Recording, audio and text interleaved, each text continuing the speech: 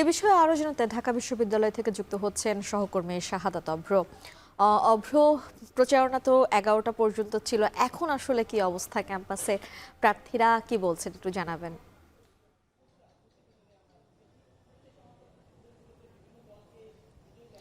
ঠিক এই মুহূর্ত থেকে কিন্তু হচ্ছে একদম প্রচারণা বন্ধ। মানে 11টা থেকে ঠিক 11টা যখন বাজে এরপর থেকে কোনো ধরনের প্রচারণা চলবে না এবং তার পাশাপাশি কিন্তু কোনো ধরনের কর্মসূচি কোনো প্যানেল দিতে পারবে না, এমনটাই কিন্তু জানিয়েছে নির্বাচন কমিশনের পক্ষ থেকে। তবে আগামীকাল সোমবার কিন্তু একটি কর্মসূচি আমরা লক্ষ্য করেছি, সেটি ছাত্র দলের পক্ষ থেকে, এবং সেই ব্যাপারে কিন্তু এখানে কিছুক্ষণ আগেই যখন ঐক্যবদ্ধ শিক্ষার্থী জোটের একটি ব্রিফিং ছিল ঠিক 10টায়, তখন কিন্তু প্রশ্ন করা হয়েছিল যে সোমবার যেই ছাত্রদলের কর্মসূচি সেই ব্যাপারে আপনারা কি ভাবছেন। তারা কিন্তু বলেছে তারা কমিশনকে জানিয়েছে, কমিশন বলেছে এ ধরনের কর্মসূচি একেবারেই হচ্ছে যেই কমিশনের আইন অনুযায়ী কিংবা ডাকসুর যেই বিধিমালা সেটির পরিপন্থী।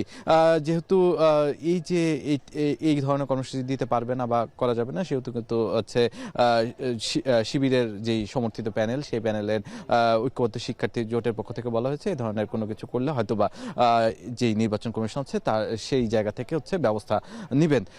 এর পাশাপাশি কিন্তু হচ্ছে আগামীকাল একদমই প্রচারণা থাকছে না, তবে শিক্ষার্থীদের নিয়মিত যেই ক্লাস আছে সেটি কিন্তু হচ্ছে করতে পারবে।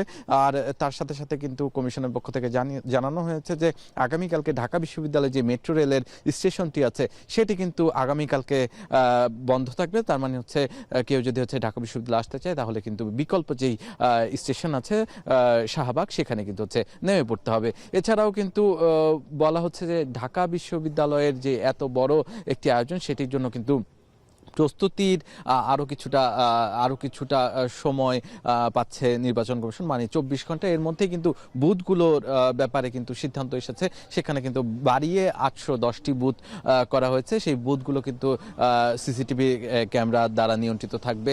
সবকিছু মিলিয়ে কিন্তু এই যে ডাকসু নির্বাচন সেটির কিন্তু শেষ মুহূর্তের প্রস্তুতি নিচ্ছে হচ্ছে নির্বাচন কমিশন, এবং যেই ভোট কেন্দ্রগুলো আছে সেই ভোট কেন্দ্রগুলো কিন্তু হচ্ছে পুরোপুরি প্রস্তুতের একটি বিষয় রয়েছে, সেটিও কিন্তু হচ্ছে চেষ্টা করছে এই নির্বাচন কমিশন কিন্তু শেষ মুহূর্তের প্রস্তুতি এই মুহূর্তে বলাই চলে যে আগামী 24 ঘন্টা নিতে পারবে। এরপরেই কিন্তু ভোট, তখন নিশ্চয়ই হচ্ছে আমরা জানতে পারবো ফলাফল কি।